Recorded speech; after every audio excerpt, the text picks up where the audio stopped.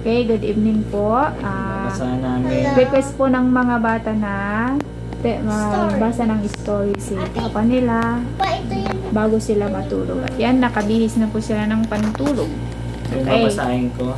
Anong title yan? A photo album of grandfather. Sige. Story of a grandfather. Sanda natin. English to English. Makinig na. There are so many beautiful pictures in this album. Ayan, nagbabasa silang dalawa. Magkasin to, Cousin sila. Yes, my grandfather likes to travel very much. Ayan, sabi niya, gustong-gusto ng lolo niya yung mag-travel, magbiyahe. Ayan. Yung Ayan, yung biyahe nila, oh. yung father. Tapos, It's a beach. look, he was on the beach. He was in front of the waterfall. Jenny is not listening. Kita nyo, oh. Ganyan, para mo ganyan. Yan. Tapos,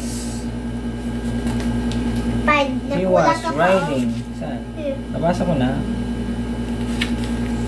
Yung He was... nakasit down Sige na. Nag-i-story ako dito eh.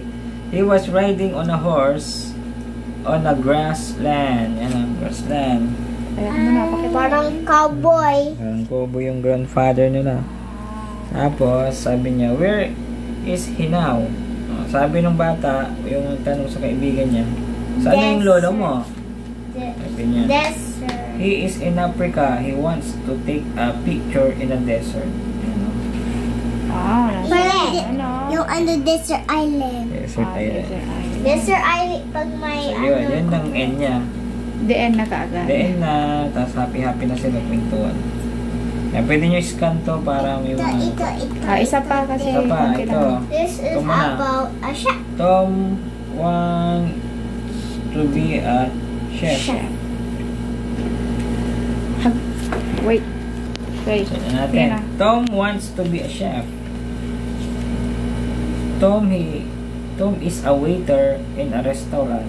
So, siya yung waiter, si Tom. But he is not satisfied with this job. Hindi siya kontento sa trabaho niya bilang isang Chef. Hindi pa? Waiter. Waiter, yun. So, because he has to get up early and go to bed and late every day. So, lagi siyang late sa trabaho, yan, oh. Kailangan niyang gumising ng maaga para sa trabaho.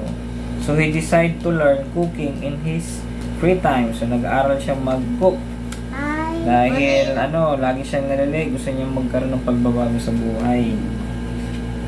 Gusto niya maging chef. He plans to become a chef in 2 years. So, nag-aaral siya. Nag-i-imagine siya, oh, yan. Nag-i-imagine siya.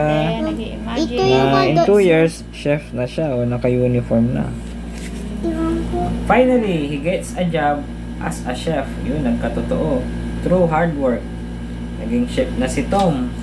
Happy na siya. Now, Tom is a happy chef. Masaya na siya.